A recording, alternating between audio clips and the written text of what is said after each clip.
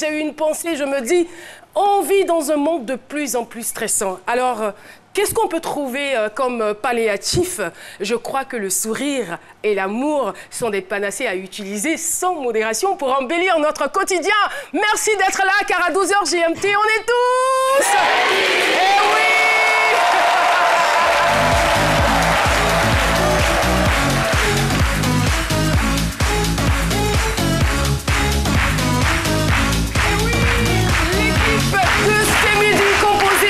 De la princesse Alissa Zena Khalil.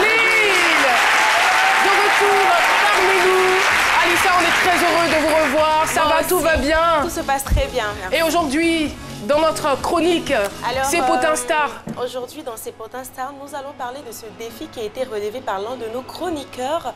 Ensuite, parler de ces stars-là qui commencent à s'assumer comme elles sont et terminer avec cet appel à boycott lancé contre une grande marque française sur les réseaux sociaux. La suite, ça sera pour tout à l'heure. La suite pour tout à l'heure. Parlons donc d'un défi relevé. Suspense, je ne dirai pas de nom, mais je voudrais dire tout de même bonjour à notre Jean-Michel Onin.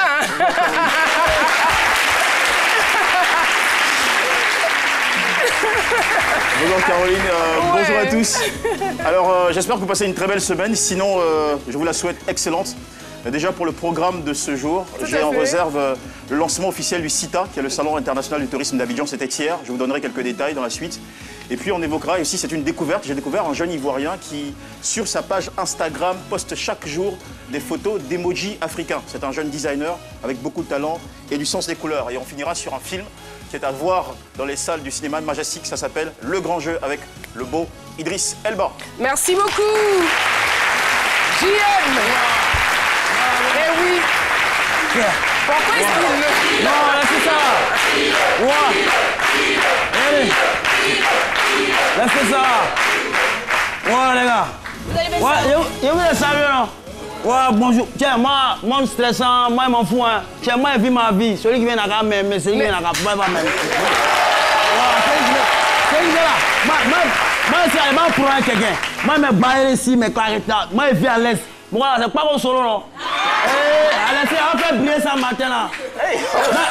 Moi, je sais que les gens sont fans de lui, là. Le cœur chaud, moi, je vis ma vie. Si vous voulez aimer moi, si vous voulez.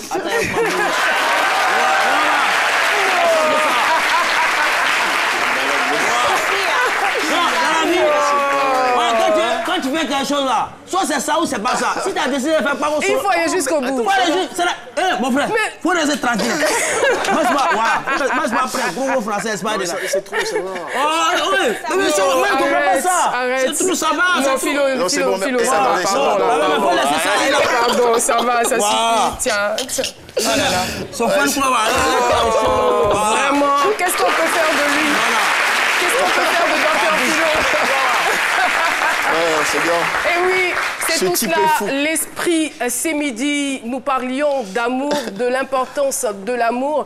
Et voilà, nous nous retrouvons là dans une famille qui est la nôtre, dans la famille C'est midi, où nous rencontrons toutes sortes de personnalités. Mais cela ne nous empêche pas de nous aimer entre nous. Et nous sommes tous conscients de l'importance de l'amour, de ce que cela apporte dans la vie d'un individu. Pour quelqu'un qui manque d'amour, va se sentir forcément mal. Je me sens mal aimé dans ma famille et j'en souffre. C'est le thème du jour. Nous allons donc de ce pas inviter notre témoin. Je vais vous demander de vous lever. Elle aura forcément besoin que vous lui témoigniez de l'affection. Son nom, c'est Djeneba Soro. Merci de l'accueillir.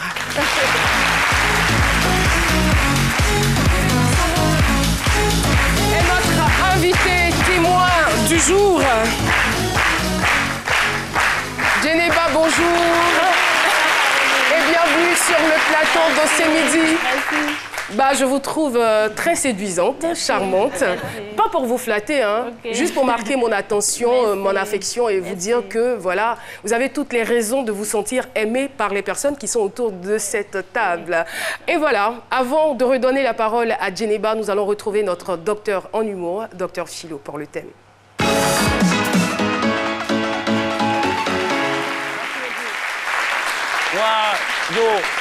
Ça là, je sais pas si elle dit grand chose dessus. Quelqu'un qui est mal aimé, qui se sent mal aimé dans sa famille. Moi, il dit, ouais, ma boîte, merci beaucoup la mec. Voilà, quelqu'un qui se sent mal aimé dans sa famille.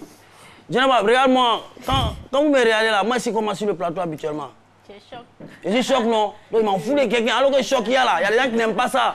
Donc, il faut vivre à l'aise. Tu vois, quand vous vivez à l'aise, je te dis, tu es aimé, tu n'es pas aimé. Toi, au moins, tu es mal aimé. Quand quelqu'un qui est déjà mal aimé, ça veut dire qu'il y a un peu d'amour même, déjà même. Il y a des gens qui ne sont même pas du tout aimés, en fait. Je veux dire, voilà.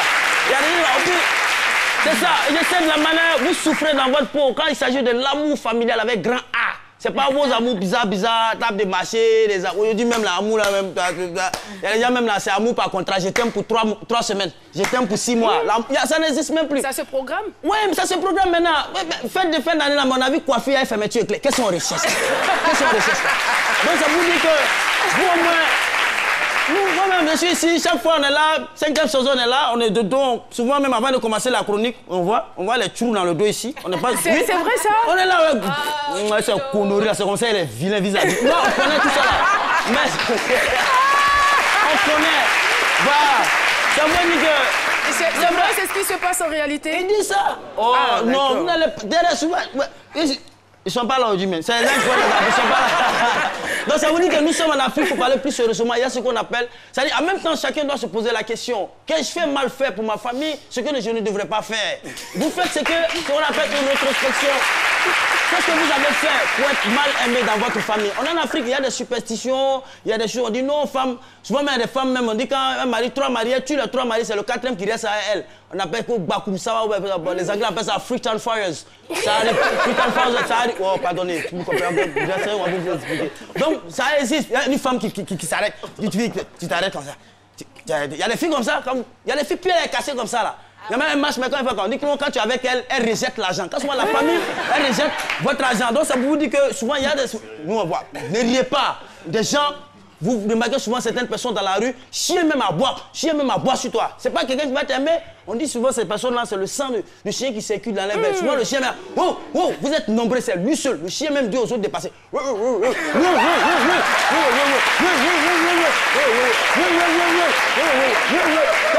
pas quelqu'un qui va t'aimer. Moi je vais vous dire, pourquoi mes propos disent que vous. Même si vous n'êtes pas aimé par votre famille, vous faites en même temps cette rétrospection, vous faites en même temps ce meilleur culpa là, et en même temps vous dites que c'est l'occasion pour vous de vous battre. Moi je vous dis, battez-vous, battez-vous. Le jour où vous allez rendre visite à cette famille, vous garez une grosse cylindrée et puis vous dites à votre cousin, votre neveu qui est là, viens prendre les sacs de riz là, ils vont vous respecter. Ils vont vous respecter, donc battez-vous, c'est ce que je vous demande. Le mensonge de soi qui s'éclore par, on va dire, par un petit conseil, n'est-ce pas? Oui. Qui s'éclore par un petit conseil. Merci beaucoup, docteur Philo. Et nous allons tout de suite partir pour notre rubrique habituelle, le micro-trottoir, avec la question suivante. Avez-vous le sentiment d'être aimé dans votre famille? C'est parti. Naturellement, je suis très bien aimé dans ma famille. Cela se manifeste par l'affection dont je suis entouré par les membres de ma famille. Ma mère, elle est toujours disponible pour moi. Elle m'apporte vraiment assez de conseils. Quand j'ai un souci, c'est sur elle que je me repose. Et aussi mes sœurs, franchement. Je me sens beaucoup aimée. Voilà. Parce qu'elle m'accorde vraiment, la famille m'apporte vraiment toute l'affection dont j'ai besoin. Je le sens effectivement parce que je viens d'une éducation. Voilà, c'est vrai que j'ai quitté les parents pour être ici. Voilà. Mais je crois bien qu'on a quand même gardé de bonnes relations, dans la mesure où les parents, les frères et sœurs m'appellent par moment voilà, pour savoir comment je me porte. Voilà, donc la cohésion familiale est toujours préservée. On s'appelle, on se rend quelques petits services. J'ai le sentiment d'être aimé dans ma famille.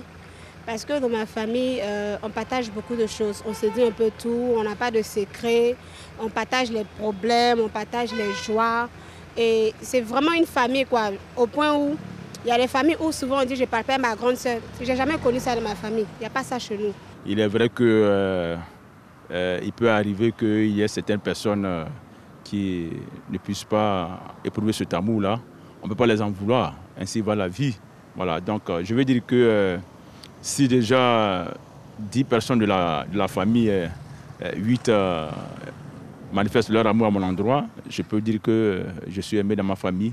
Voilà, ça c'est la loi de la nature. Hein. Voilà, on peut pas, nul ne saurait faire l'unanimité à 100% dans sa famille. Voilà, et quand bien même que tu serais en train de tout faire pour les mettre à l'aise, il y a toujours certaines personnes qui vont t'en vouloir pour telle ou telle chose. Donc, je peux confirmer que, en ce qui me concerne, voilà, je suis aimé dans ma famille. Et oui, on pourrait donc ajouter que les personnes interrogées ont beaucoup de chance, contrairement à Djeneba. Djeneba, on reviendra sur son histoire, mais il faut déjà savoir que Djeneba Tchewa Soro est ménagère et mère de 2 enfants. Elle vit à Divo. Elle est venue spécialement de Divo participer à cette émission. Voilà. Bienvenue et nous profitons donc de cette occasion pour saluer toute la population de Divo, votre famille.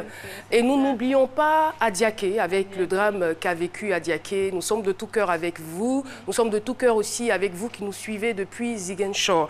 Eh bien, Djeneba n'a pas eu la chance de connaître son père. Et sa mère qui s'est toujours occupée d'elle, qui faisait donc office, qui comblait le vide laissé par papa, malheureusement, va décéder lorsque Djeneba a 7 ans. La suite des événements se déroule comment? La suite des événements, bon, ma tante, elle m'a envoyé à Abidjan. Elle est partie me prendre au village. On n'a pas encore parlé de votre tante, c'est-à-dire que maman est partie.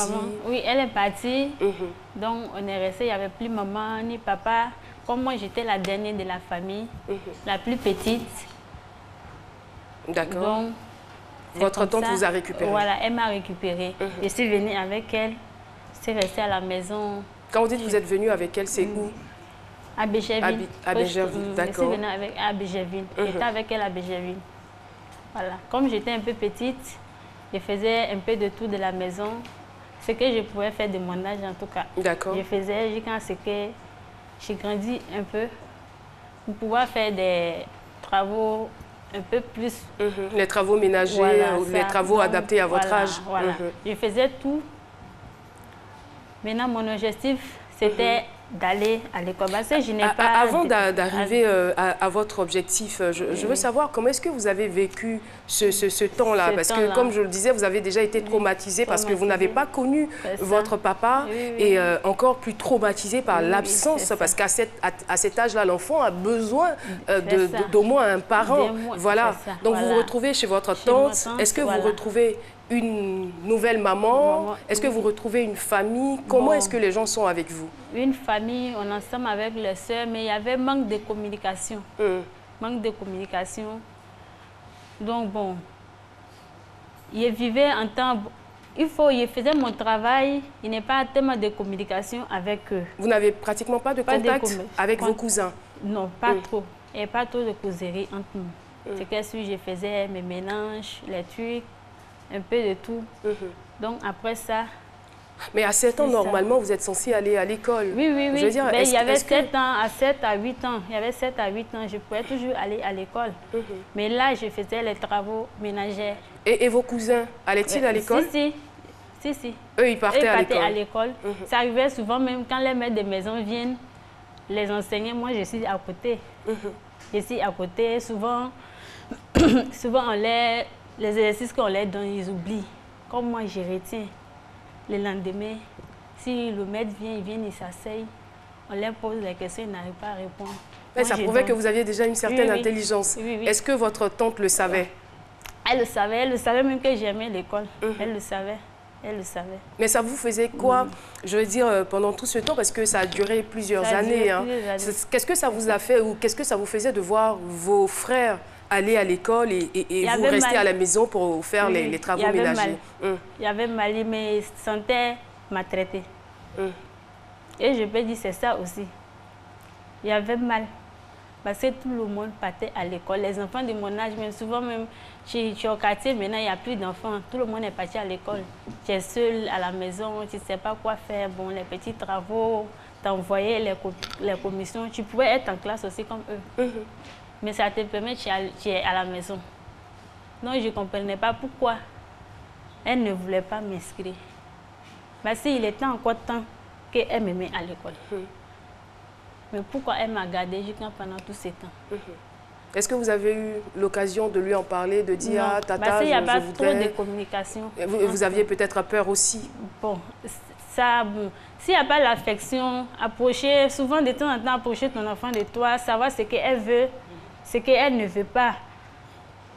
Si tu dis fais ça, tu peux connaître ses ambitions. Tu peux connaître ses ambitions. Quoi, ce qu'elle veut, ce qu'elle n'aime pas. Ses avis, tout. Mais s'il n'y a pas de tout ça là, ça fait tout ce qu'elle veut. Souvent, même il y a des paroles, elle veut te dire, mais elle ne peut pas t'approcher pour te dire. Il y a un manque de communication, tout ça là. Est-ce que, je veux dire, dans cette période-là, vous avez mal au point de vous dire « Ah, si ma maman était là ». Plusieurs fois. Plusieurs fois.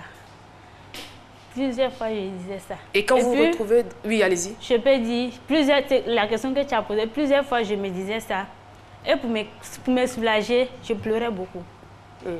Voilà, je pleurais beaucoup. Même quand ça fait que c'est une habitude. C'est devenu une habitude. Jusqu'à présent, vous demeurez quelqu'un d'émotif. Oui, oui. Si quelqu'un m'a fait quelque chose au point que je ne peux pas m'exprimer, tant que je ne pleure pas, mon cœur là, je ne peux pas dormir. Je ne suis pas soulagée. Voilà. Même le jour que je viens faire l'entretien, il m'a parlé. Quand je pleurais un peu, ça allait dormir. Je me suis sentie à l'aise. Voilà, c'est comme ça. Par manque de, comment on dit ça, de communication. Peut-être j'ai un problème, tu ne sais pas. Comment, tu vas lui dire, mais est-ce qu'elle va te croire même? Tu ne sais pas. Donc tu préfères garder ça pour toi. Ça fait aussi qu'il n'ait pas confiance en quelqu'un. Je peux avoir quelque chose pour dire, mais je n'ai pas. Qu'est-ce pour que si je te dis, tu ne vas pas le dire à telle personne, il va le dire, et puis ça va me créer des problèmes. Donc je préfère garder ça pour moi seul, et puis gérer à ma manière. Voilà. C'est vrai que vous en parlez simplement, donc peut-être le téléspectateur ou le spectateur ne perçoit pas le mal, la douleur, mais c'est quelque chose de profond. Je veux dire que ce genre de traumatisme-là laisse des marques indélébiles, des fois à vie. Et ce n'est pas évident, c'est-à-dire que si vous n'avez pas eu la chance d'avoir du secours ou d'avoir quelqu'un pour vous coacher, vous encourager à sortir de là, comment on appelle, à surmonter ce rejet que vous avez connu dans votre enfance, ça a une influence, un impact très négatif sur votre vie. Alors, à 18 ans, il va se passer quelque chose. C'est ça. Vous décidez d'affronter votre tante. Ma tante. Là, je suis quittée au marché. Elle finit de faire le marché. Je suis venue un soir. Ce jour même, il a plu. Il était trempé. Mais quand il pleut, tu t'en vas souvent sur la pluie matin. Vous connaissez pluie d'Abidjan. Tu vas aller vendre sur la pluie, finir sur la pluie, revenir sur la pluie. Donc, quand je suis venue, je lui ai fait les comptes. Il m'a donné un complet de pain. Qu'est-ce que vous vendiez? Je vends piment, aubergine, tomates. De partager le complet de pain avec ma soeur, c'est-à-dire ma cousine. Donc là, j'ai refusé. J'ai dit, je ne peux pas partager le pain, parce que l'argent, c'est moi, je cherche. Donc, je ne peux pas partager le pain. Je ne vais pas à l'école. Si tu vois, les autres vont à l'école, c'est bien vrai que l'argent que je cherche, ce n'est pas ça qui paie les études. Mais si tu veux la craie, big, les petits trucs là, c'est l'argent que moi, je cherche, on prend les dépanner. Donc moi aussi, je vais aller à l'école. Mais si tu n'as pas accepté là, un jour, tu vas quitter au marché. Plus que souvent, on s'est remplacé. Souvent, elle va, il reste. Voilà. Si tu n'acceptes pas pour me mettre à l'école, un jour, tu vas quitter au marché. Tu ne vas pas venir me trouver à la maison. Je vais m'en ficher. Et quelle a été sa réaction? Donc, quand je lui ai dit ça, elle m'a dit d'accord. De partir prendre les renseignements. Pour voir ce que je fais. Facilement comme ça? Oui, oui. La première fois que vous l'affrontiez, elle dit d'accord. Voilà, d'aller prendre les renseignements pour voir. Puisque il y a 2 ans... poser la question de savoir pourquoi avoir attendu tout ce temps. Est-ce qu'à 18 ans... Moi, je n'ai pas... Il y avait beaucoup de respect pour elle. J'avais beaucoup de respect pour elle. Je ne voulais pas la blesser, la parler d'une manière. Ils vont dire, bon, tu sais, comme en Afrique, tu es mal élevé ou bien tu fais ceci. Moi, je ne suis pas ce genre de personne. J'aime respecter. Du respect pour donc, l'aîné. je me suis dit, si je m'emporte ou bien je fais de n'importe quoi, peut-être même les gens vont m'en vouloir. Donc, il était resté toujours sumé. Mais vous n'avez pas eu peur de sa réaction ce jour-là? Non, mais ce jour-là, quand la colère vient même là, ta tête là, tu t'en fous de tout ce que je vais dire. Tu t'en fous de tout ce que... Moi, je ne parle pas beaucoup. Mais le jour que ça ne va pas, et puis je voilà. Donc, elle dit d'aller me renseigner. Plus il y a 2 ans de cela, souvent, je lui fais les reproches plutôt, autant pour moi. Que je veux... Ça va, vous vous débrouillez bien.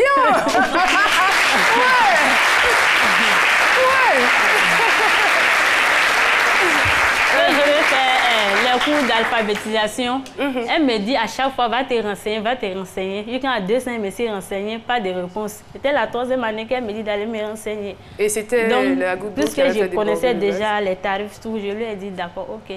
Et ça allait tourner une fois et si venait dit d'accord. Merci beaucoup, Djeneba. Djeneba va-t-elle aller à l'école? Jusqu'en quelle classe? Eh bien, tout cela, on va le découvrir juste après la pub.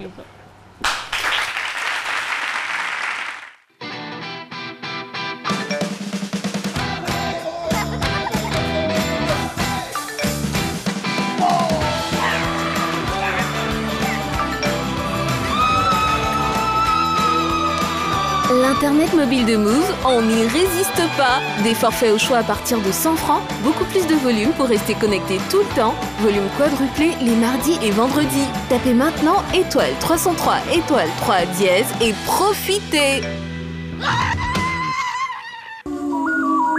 Move, no limit. Merci beaucoup, public. Eh bien, vous suivez C'est Midi. Si vous nous rejoignez, sachez que nous avons entamé la première partie de cette émission avec Djeneba Soro. Djeneba Soro qui malheureusement n'a pas connu son père et a été orpheline de mère à l'âge de 7 ans. Elle va donc vivre avec sa tante. On ne va pas forcément interpréter l'attitude de sa tante qui n'a peut-être pas eu la présence d'esprit d'inscrire Djeneba à l'école. Est-ce un manque d'amour? Djeneba l'interprète comme un manque d'amour. Et finalement, à l'âge de 18 ans, elle va se rebeller, demander à sa tante de l'inscrire, sinon elle s'enfuirait. Alors, Djeneba, finalement, vous allez prendre les renseignements. Qu'est-ce qui se passe? Et c'est venu lui faire le point. Elle m'a dit, OK, c'était 12 000 francs l'année. D'accord. Tu payes 6 000 versements, le reste, tu payes à 1000 francs. Donc, c'est comme ça, je suis partie m'inscrire. Et quand je suis partie... Est-ce que vous aviez les moyens? C'est-à-dire que si elle refusait? Si, elle a donné. Parce que c'est moi je vendais. Avec l'argent, plus elle m'a donné la permission. Elle m'a donné la permission. C'est sa permission, j'attendais. C'est vous qui avez la caisse. Voilà. Ce n'est pas pour dire que j'ai utilisé son argent n'importe comment. Sinon, depuis longtemps, je pouvais partir, mais j'attendais, par respect, j'attendais son argent. C'est important. C'est pourquoi je ne l'ai pas fait. Sinon, je pouvais partir faire. Voilà. Donc, comme elle a donné son accord, je suis partie. Elle m'a donné les 6 000, et ça a fait versement, puis ça allait commencer les cours. Et tous les j'ai déjà commencé les cours, ça faisait déjà 2 mois. Voilà. Dans la classe aussi, il y a d'autres aussi qui ont déjà commencé les cours, qui ont fait l'école auparavant, puis ils ont stoppé, ils sont allés reprendre. C'est moi, j'étais la nouvelle, à ni savoir lire ni écrire. Voilà, dans la classe. C'était au CP1? Oui, oui. C'était au CP1. Première composition, j'étais la première. Waouh! C'est à croire que l'école n'attendait que Djeneba. Oui, c'est ça. Parce que je voulais vraiment. Il n'y avait pas quelqu'un pour m'enseigner aussi. Quand je quitte, à 6 h, si tu sors, il faut sortir avec ton sac. Parce que coûte que coûte, je voulais savoir lire et écrire. Donc, je sors avec mon sac. Je m'en vais au marché, je fais toute la journée. Une fois qu'il laisse, le cours c'était à 18h30. Voilà. Mais à chaque fois, j'arrivais là-bas à 19h. Parce que je vendais, il faut vendre, finir de ramasser avant d'aller. Et ça ne vous a pas empêché d'être première? Non, c'était Alors, Djeneba va poursuivre les études jusqu'en quelle classe? Et quand au CM2. Classe de CM2. Voilà. Et quand disons que quand je suis arrivée en classe de CM2, c'était un peu dur pour moi. Parce qu'il n'y avait pas... La classe de CM2, c'est un peu dur que les autres classes. Voilà, il n'y avait pas d'enseignants, rien. Donc, quand je viens au marché comme cela, c'est les passants. Ceux qui viennent payer ma tomate ou bien ce qu'elle sur mes légumes. Si je vois la personne un peu de temps, je le récupère. Et puis, je lui demande, vraiment, passe derrière ma table, voici ce que je fais. Pardon, il faut m'aider, on m'a donné tel exercice. Quelle détermination! Alors, vous êtes en classe de CM2. Est-ce que vous allez obtenir votre certificat d'études primaires élémentaires? Oui. C'est vrai? Oui, oui. On va le vérifier. On va le vérifier. Alors là, études de thèse, est-ce que je vois bien? C'est quoi? 17,00, c'est bien cela? Ouais. Ah, 17. Études du milieu, ou c'est quoi, éveil de... Est-ce qu'on peut revenir sur la page précédente, s'il vous plaît? On peut revenir sur la page précédente? Voilà donc le certificat d'études primaires élémentaires qui s'affiche. Bon, d'accord, on retient qu'elle a obtenu son diplôme par sa détermination. Et son envie d'étudier. Mais derrière cette envie-là, qu'est-ce qui se cachait? C'est vrai, c'est bien beau. Djeneba aurait pu se dire, non, c'est bon là. J'ai 18 ans aujourd'hui, c'est pas la peine. Voilà, qu'est-ce que je vais aller encore apprendre?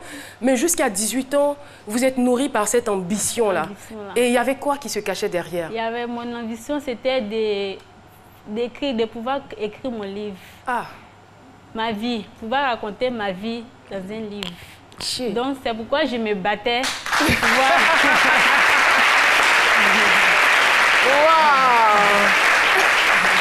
Et quand je pense qu'il y a de grands intellectuels qui ont vécu des expériences extraordinaires, mais qui n'ont jamais eu l'intention, un seul instant, d'écrire un livre. Djeneba n'est pas allé à l'école, mais Djeneba a envie de mettre dans un livre son histoire. Voilà, c'est ça qui était mon objectif. C'est ça qui me poussait à chaque fois, même si je suis malade. En tout cas, tant que je peux marcher, il me force toujours aller pour partir. Parce que je ne voulais pas rater mes coups. À tout moment, je voulais être présente. Il faut dire qu'entre-temps, vous avez rencontré un charmant monsieur, vous êtes mariés, vous avez même eu des enfants. Ah, le sourire a changé là.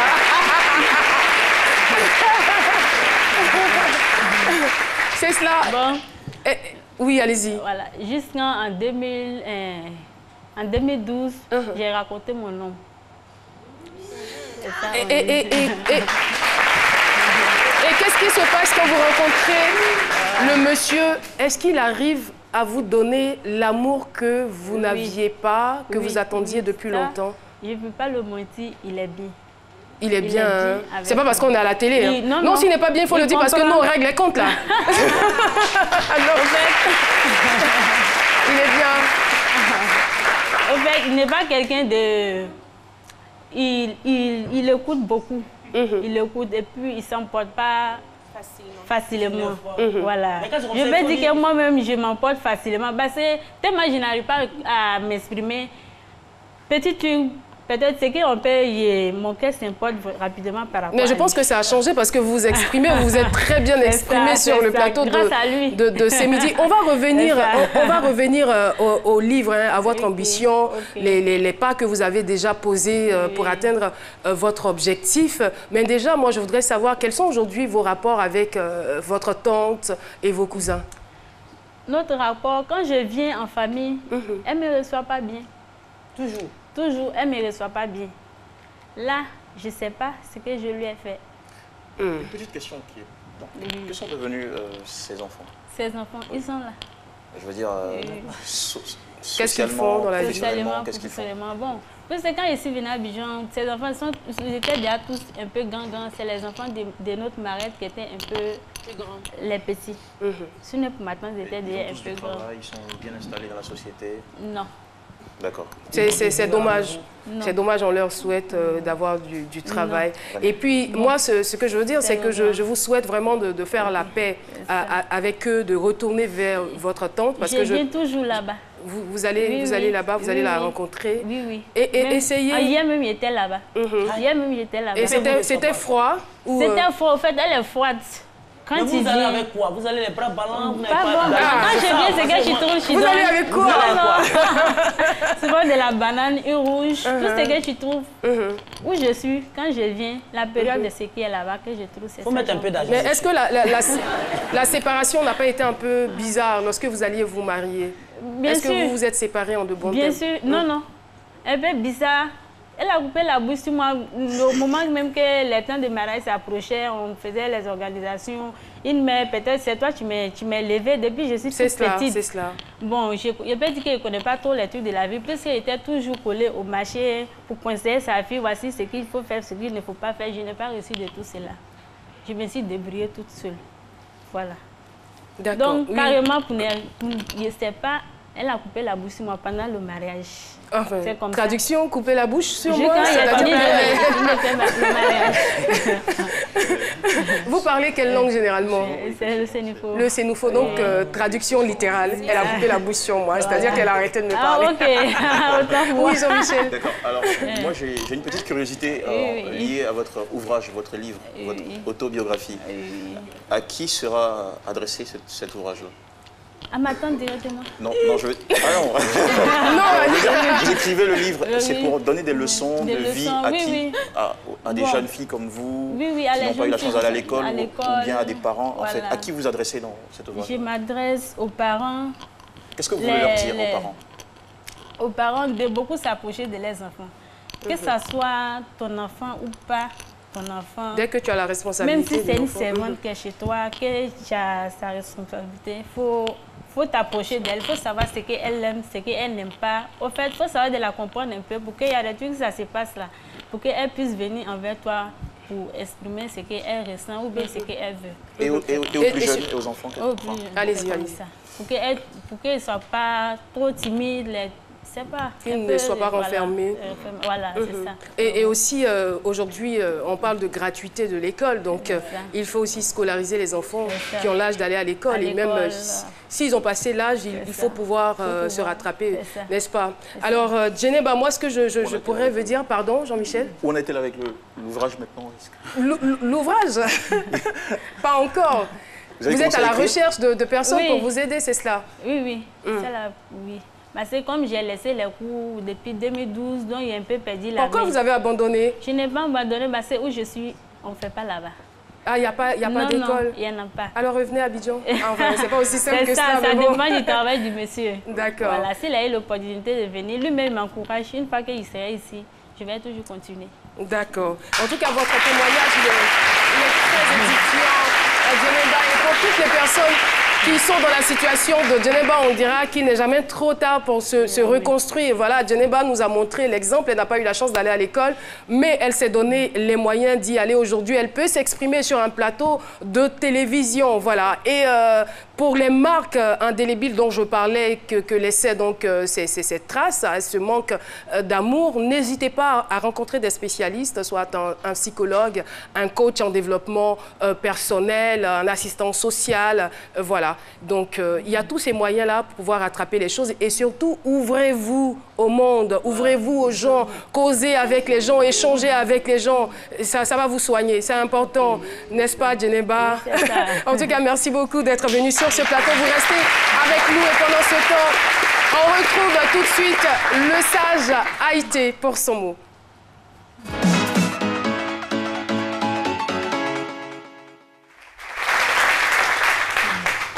Djeneba, oui, monsieur. Bravo. Merci. Alors, je vais demander à tout le monde d'inonder notre page C'est Midi avec le hashtag Djeneba Soro. Nous t'aimons tous. Wow.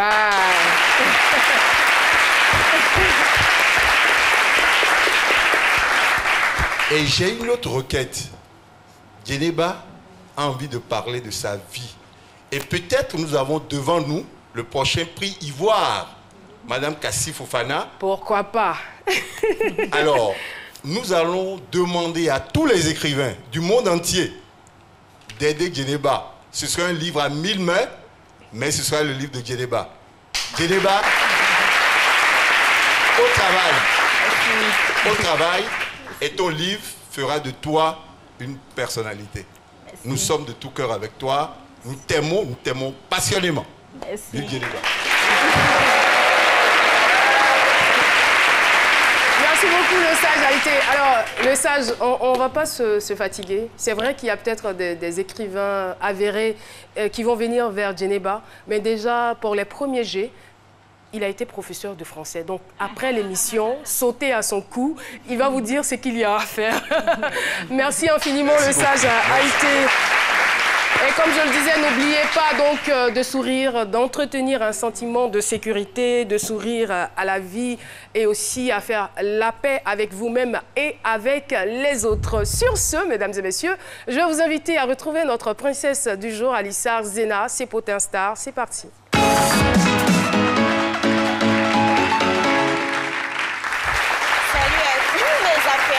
suis très contente de vous retrouver. Je dis salut à tous mes affairés, je suis très contente de vous retrouver. Content partagé. Nous commençons cette semaine avec Jean-Michel Aunin et Didier Drogba. Il y a quelques semaines, Didier Drogba avait changé de coiffure et Jean-Michel avait parlé de ça dans son émission. Ouais. Et suite à cela, Didier Drogba a fait une vidéo où il a demandé à Jean-Michel Aunin de relever le défi. Je vous invite à suivre la vidéo. Il l'a fait. Eh oui, JM, Didier Drogba s'est rasé la tête. Et effectivement, je me suis rasé la tête. On dirait que ça fait beaucoup parler, hein.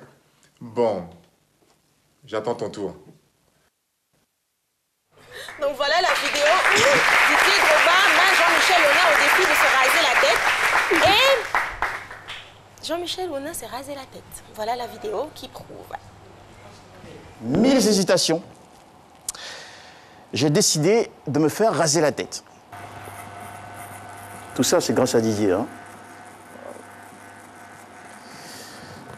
Ça y est, Didier, j'ai relevé le challenge.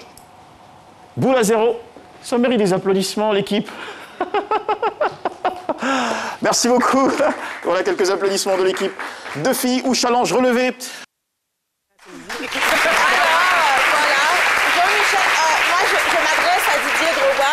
Et je lui dis, Jean-Michel a relevé le défi, donc on attend. C'est pas pareil, pour Didier Drogba, quand vous voyez même ses listes, on sent que c'est avec une lame, mais plus avec une tondeuse. Mais non, ça oui. Peut-être avant l'émission, on peut chercher une lame bien fait même. C'est moi qui j'ai passé la pommade là-dessus. Je sais qu'il y a des petits cheveux encore. Non mais en fait, docteur Philo, tu sais à quoi je m'attendais? Je pensais que tu allais dire, Jean-Michel a relevé le défi, et bien moi aussi je vais relever le défi sur le plateau de CMD. Je me suis trop rasé ici. Ça aurait payé. Donc Didier Drogba, on attend, Jean-Michel a relevé le défi, donc on attend l'autre défi alors. Je voudrais juste ajouter ce message pour dire merci à Didier parce qu'il a accepté en toute humilité de participer au délire de cette émission Dimanche de foot. C'est une émission dans laquelle on a... Non, c'est vrai. Merci pour ton humilité, merci d'accepter de participer à ce délire-là. Ça nous permet effectivement d'avoir encore plus d'audience sur l'émission et c'était très sympa. Mais surtout ce qu'on retient, c'est ton exemple, à savoir celui d'un père. Et heureusement que c'est une production une coproduction de la RTI, sinon on ne vous permettrait pas d'en faire la pub ici. Voilà, alors Alissa, on peut continuer. On peut continuer, en tout cas merci à Drogba. Merci à Didier Drogba qui fait honneur à Jean-Michel Aunin et à son émission, merci. On part avec Kendall Jenner qui s'est rendue à la cérémonie des Golden Globes ce week-end et elle est partie sans Photoshop, c'est-à-dire qu'elle a décidé de poster des photos d'elle sans Photoshop. Donc, on voit Photoshop, c'est pour nettoyer le visage, enlever les imperfections du visage. Et là, sur la photo, on voit que Kendall assume ses boutons. Et elle a même fait un tweet où elle disait qu'elle s'assumait comme elle était. Donc, ça montre que même les stars ont des imperfections. Et c'est tout ça qui les rend magnifiques, jolies. Donc, toutes les femmes doivent s'accepter avec leurs imperfections. C'est tout ce qui nous rend uniques, quoi. Donc, moi, j'aimerais qu'on envoie plein de bisous à Kendall d'avoir relevé aussi ce défi-là, de montrer l'exemple à toutes ces femmes. Nous terminons avec cette grande marque française qui a créé le buzz sur les réseaux sociaux il y a quelques temps avec cette nouvelle campagne publicitaire. Alors, comme vous pouvez le voir sur la photo, nous avons un petit garçon de teint noir et sur son t-shirt, il est marqué « Le singe le plus cool de la jungle ». Et le petit garçon de teint blanc avec l'expert de la jungle, l'explorateur de la jungle. Donc voilà, ça a créé la polémique sur les réseaux sociaux parce que la communauté noire a crié au racisme. Moi, j'aimerais demander à mes amis sur le plateau, qu'est-ce qu'ils en pensent? Et sa famille a dit quoi? Quel a été le point de vue de sa famille? Non, la famille ne s'est pas encore exprimée jusqu'à présent.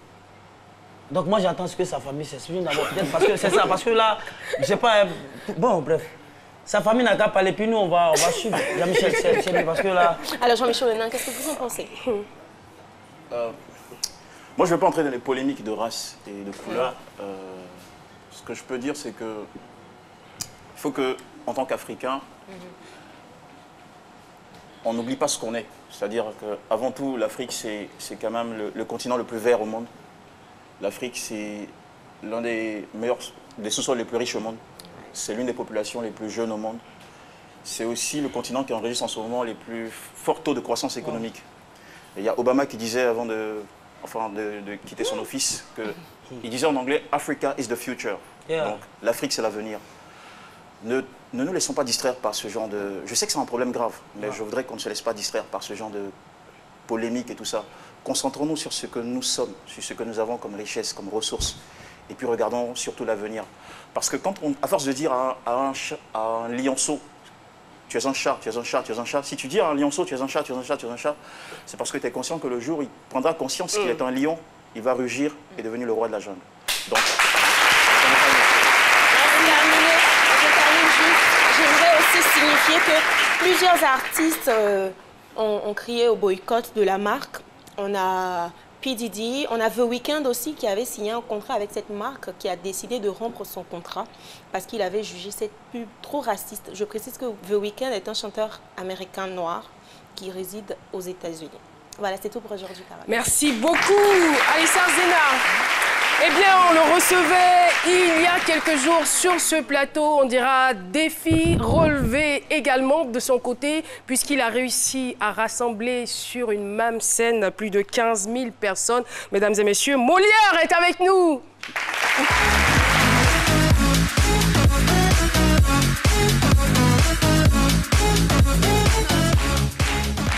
Merci, merci, merci, merci, merci. Zouglou. Ok. Félicitations, Molière. Merci, maman. Ça s'est bien passé, il paraît. Très bien passé. Nous n'étions pas invités. Maman, on va rattraper ça. Alors, Molière, ça s'est bien passé. 15 000 personnes à votre concert le vendredi 29 décembre. En tout cas, c'était vraiment... Félicitations. Oui, en tout cas, merci. C'était une grande réussite. Et c'était pas moi. Je voudrais dire merci à la Côte d'Ivoire, merci à tous ceux qui m'ont soutenu, de près comme de loin. Voilà, ceux qui sont quittés à l'extérieur du pays, parce qu'il y a des gens qui sont quittés en France. Hein. Voilà, ceux qui sont quittés à l'extérieur du pays, à l'intérieur même du pays, ceux qui ont tout abandonné pour moi, pour le concert du 29 décembre. Je suis venu vous dire, et puis vous également, voilà, l'équipe de samedi, qui ont boosté le concert. Parce qu'on a vraiment moussé hein, non, sur le plateau. Je suis venu vous dire merci parce que je ne suis pas un enfant grave. Donc, je suis venu dire à toute la Côte d'Ivoire que c'était une grande réussite et que ce concert-là, vraiment, je m'attendais à 7 000, 8 000 personnes, au-delà de... Je m'attendais à 7 000, 8 000 personnes, mais au-delà de 8 000 personnes, ça, je m'attendais pas. Mais comment vous vous êtes senti quand vous avez vu tout ce monde? En tout cas, j'avais que mes lampes. Voilà, j'avais que mes lampes. Vous voyez, vous constatez avec moi que là, sur scène, j'étais en train de pleurer. Vous voyez, j'ai pleuré, mais je ne me suis pas arrêté. Un homme, quand tu pleures, ça te soulage. J'ai repassé depuis 2001 jusqu'à aujourd'hui. Mais ce n'était pas des pleurs de tristesse? Non, ce n'était pas les pleurs de tristesse, c'était les pleurs de joie, de tout ce que j'ai traversé depuis 2001 jusqu'à aujourd'hui. Sur la scène, toute cette foule-là, pour moi seul. Voilà. Je vraiment. peux pas me retenir. En tout cas, merci. Je dis merci aussi à tous les artistes qui ont participé. Tous mes amis artistes qui m'ont soutenu, voilà, qui ont fait spontanément des spots pour me soutenir. Je leur dis merci. Merci également à mon vieux père Joseph Vandiou. Merci à Olivier Blé. Merci surtout au promoteur Claude Bassolé, son confrère. Je voudrais quand même qu'on revienne sur la solidarité qui existe au niveau du Zouglou. Lorsqu'un des vôtres a un cancer, c'est tout le monde qui vient, c'est tout le monde qui le soutient. Oui, vous savez que le Zouglou, c'est un esprit. Vous voyez qu'un Zouglou... Un esprit positif, en tout cas. Ouais, très merci positif. beaucoup, Molière. Merci infiniment d'être passé. Merci. Et encore, félicitations. Merci à tous les Ivoiriens donc, qui sont toujours friands de Zouglou. Dans la meilleure canasi, je suis désespéré. Faut pas désespérer. Est-ce que ça va?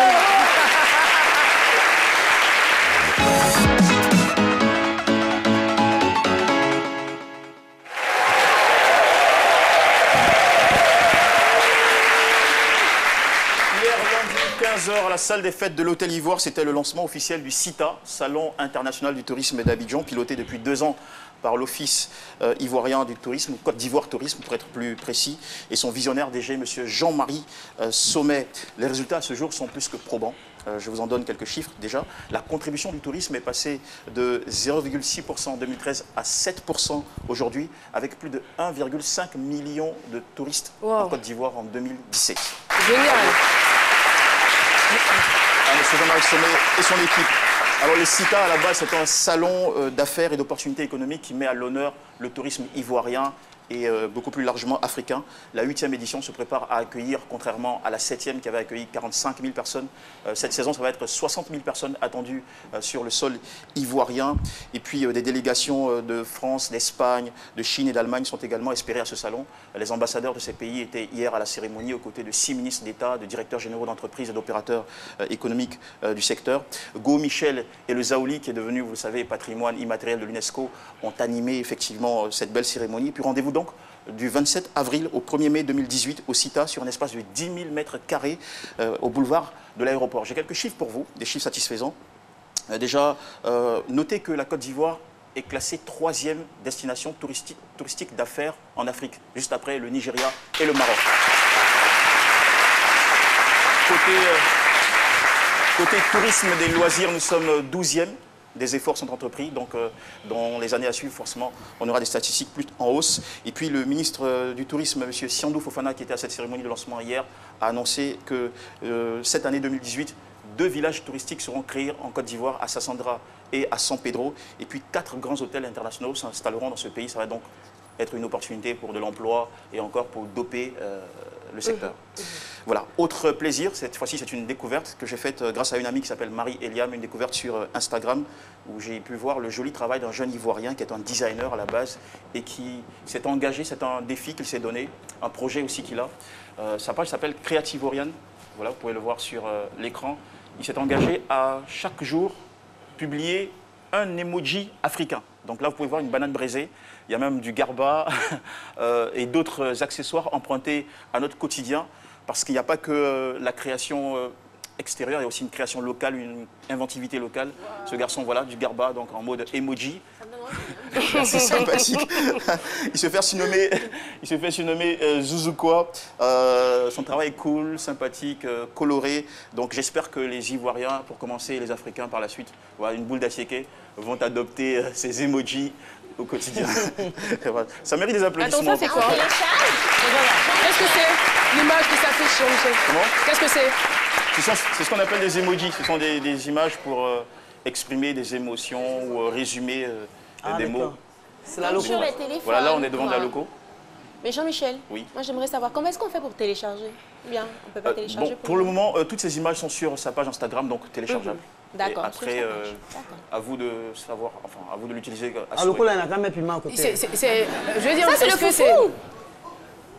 C'est quand même une réponse qui donne aux émoticônes qu'on connaît déjà. Oui, tout à fait. C'est une façon d'adapter les emojis à nos réalités. Tout à fait. Et puis aussi de porter nos réalités, notre quotidien en images. C'est-à-dire, par exemple, Dr Philo est sur le plateau de ces midis, il a envie de manger du foutou.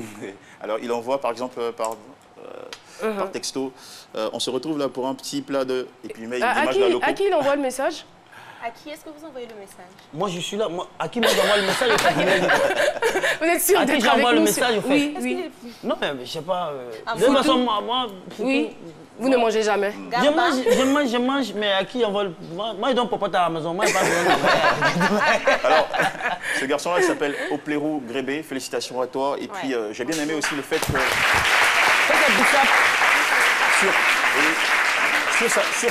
Sur sa page, en fait, la PP de sa page Creativoire, sa page Instagram, il a utilisé l'image en fait du masque Zaouli. Donc, vous savez que le Zaouli, depuis la fin de l'année 2017, est entré dans la liste du patrimoine immatériel de l'UNESCO. C'est donc tout ça un ensemble de fierté qu'on peut saluer encore vivement ici à ces midis. Merci beaucoup.